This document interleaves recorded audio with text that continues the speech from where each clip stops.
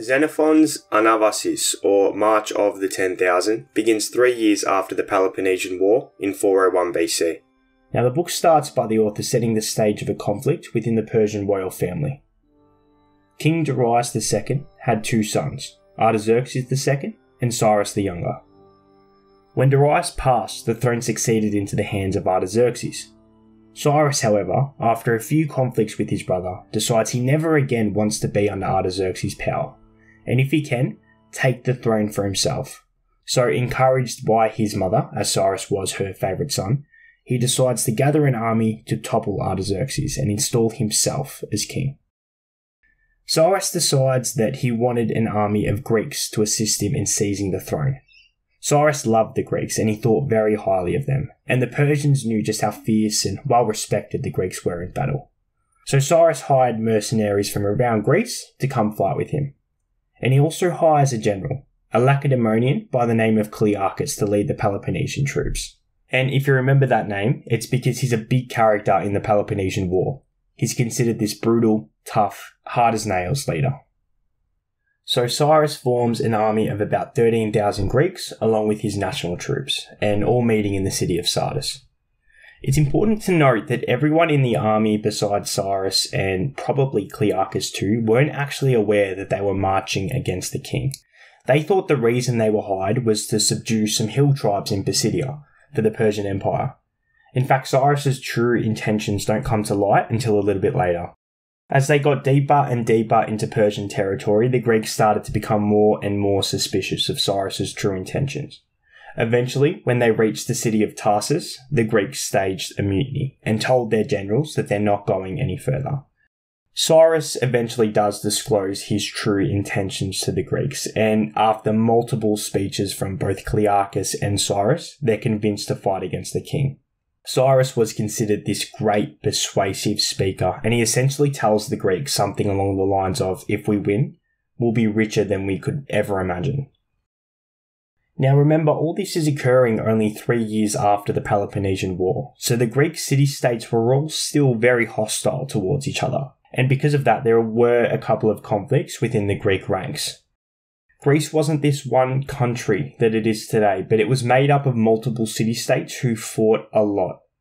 But Cyrus, being the great leader and speaker, which he was, he manages to defuse the situation. And he tells the Greeks, look, we need to work together or we're dead. We're not going up against just anybody here, we're going up against the king of the Persian Empire.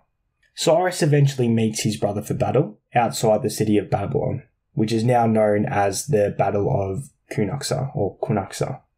Now there's a lot of videos that detail the many specifics of this battle. However, for the purposes of this video, I'm just going to provide a brief summary of what occurs. Firstly, Artaxerxes wasn't entirely ready for a war with his brother. Either he thought his brother would never have been able to make it this far with this army, or he thought he was just using this army to subdue some hill tribes in Pisidia. However, he's still the great king, so with the short time he has to prepare, he's still able to muster an army that is larger than Cyrus's, larger than his brother's. As you can see, Cyrus has a big national force along with the Greeks, and in regards to formation, the Greeks were on the right against the river. And when the battle occurs, the Greeks push their wing against Tissaphernes, who is in command of the battalion opposite the Greeks. And if that name is familiar to you, it's because he's also a big character in the Peloponnesian War. And he has left the legacy of being an enemy of the Greeks. Tissaphernes also at one stage tried to have Cyrus murdered by bringing fabricated charges to Artaxerxes against his brother. So the Greeks are completely successful in their wing, and the Persians pretty much just rout instantly. So Cyrus, fearing that the king might be able to now get behind the Greeks, charges straight for his brother with his troops around him. However, after seeing his brother and shouting, "I see the man, I see the man," it's considered he gets a little bit too eager and his formation breaks, leaving him unprotected. Cyrus is then hit by a javelin and dies in the charge. Now you'd think reading this for the first time that Cyrus is going to go topple the king and invade Persia. And then when Cyrus dies, it can be a little bit confusing. Xenophon, the author who actually fought in this battle, gives no indication at all that it's leading up to Cyrus's death at the end of Book 1. But because the Greeks were successful in routing the Persians and they were busy chasing them all away, they weren't able to see Cyrus's death and really had no idea, until some Persian messengers then come to the Greeks and inform them of Cyrus's death. So even though the Greeks won their battle, they were now all alone in the heart of the Persian Empire, in a land that is foreign and hostile to them, thousands of miles from home. The Persians said, quote, "The king, since victory had fallen to him and he had slain Cyrus, directed the Greeks to give up their arms, go to the king's court, and seek for themselves whatever favour they might be able to get." Such was the message of the king's heralds. End quote. The king believes that he is victor because he has slain Cyrus, for who is there now who is contending against him for his realm? Further, he believes that you also are his because he has you in the middle of his country, enclosed by impassable rivers, and because he can bring against you a multitude of men so great that you could not slay them even if he were to put them in your hands. The Greeks then took this message and debated what to do. The Greeks replied, "It is not for victors to lay down their arms." So the Greeks are refusing to give in. Xenophon was of the impression that the king was still scared of the Greeks. Quote, "The fact which I just stated, that the king was terrified by the approach of the Greeks, was made clear by the following circumstance. Although on the day before he had sent and ordered them to give up their arms, he now at sunrise sent heralds to negotiate a truce." So it sounds like even though the Greeks are in this vulnerable state, they were still wary of the Greeks and their fighting abilities. Otherwise, why not just attack them there and then? Anyway, so there's a truce, and Tissaphernes and his camp agreed to help lead the Greeks out of the Persian Empire. And they also decided to retreat out of the empire by the Tigris River towards the Black Sea, where there were some Greek colonies and felt that the Greeks would be safe there. Now, while travelling out of the empire though, they were still untrusting and on their guard against the Persians. As you can imagine, it was quite a high pressure situation. So in order to diffuse the tensions, Tissaphernes then invites the Greek generals for a dinner to help calm nerves. And in regards to what happens next, I'll quote Xenophon. Quote, "As for the soldiers, some of them made objections to Clearchus's proposal, urging that the captains and generals should not go and that they should not trust Tissaphernes. But Clearchus vehemently insisted until he secured an agreement that 5 generals should go and 20 captains, and about 200 of the soldiers also followed along, with the intention of going to the market. And after the Greeks all met with Tissaphernes and the Persians, to quote the book again, not long afterward, at the same signal, those within were seized and outside were cut down.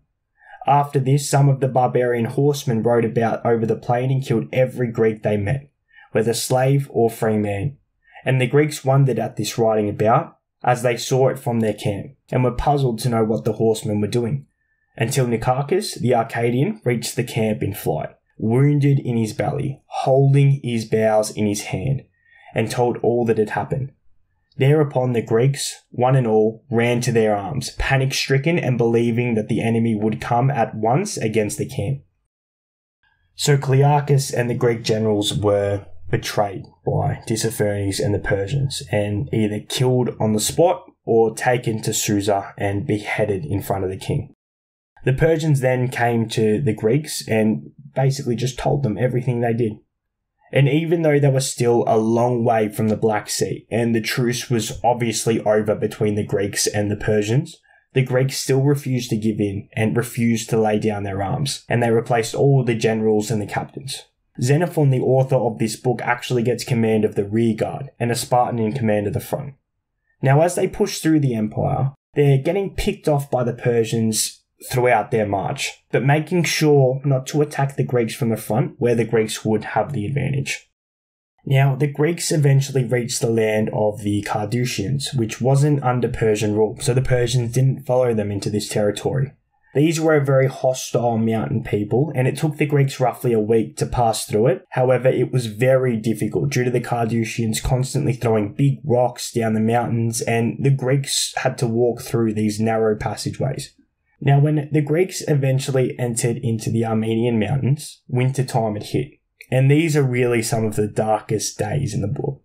Carrying on through the cold winter with heavy snowfall, the Greeks are starving and freezing cold, and here is when the Greeks suffered heavy casualties due to the conditions. Eventually, the Greeks entered back into the Persian territory, and they actually reached a similar truce with the satrap of the area, known as Anabasis. They promised the Greeks food and water if they promised not to pillage their fields.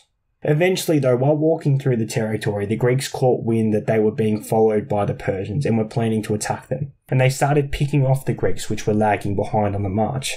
So the Greeks decided to launch a surprise attack on Anabasis, and this was successful in that the Persians weren't seen on this march again. So eventually the Greeks reached a mountain, and in the distance Xenophon could hear shouts from his troops. They were shouting, the sea, or Thalassa, Thalassa. Because after a continuous ongoing fight, the Greeks could finally see Greek territory and feel safe. Thanks for listening.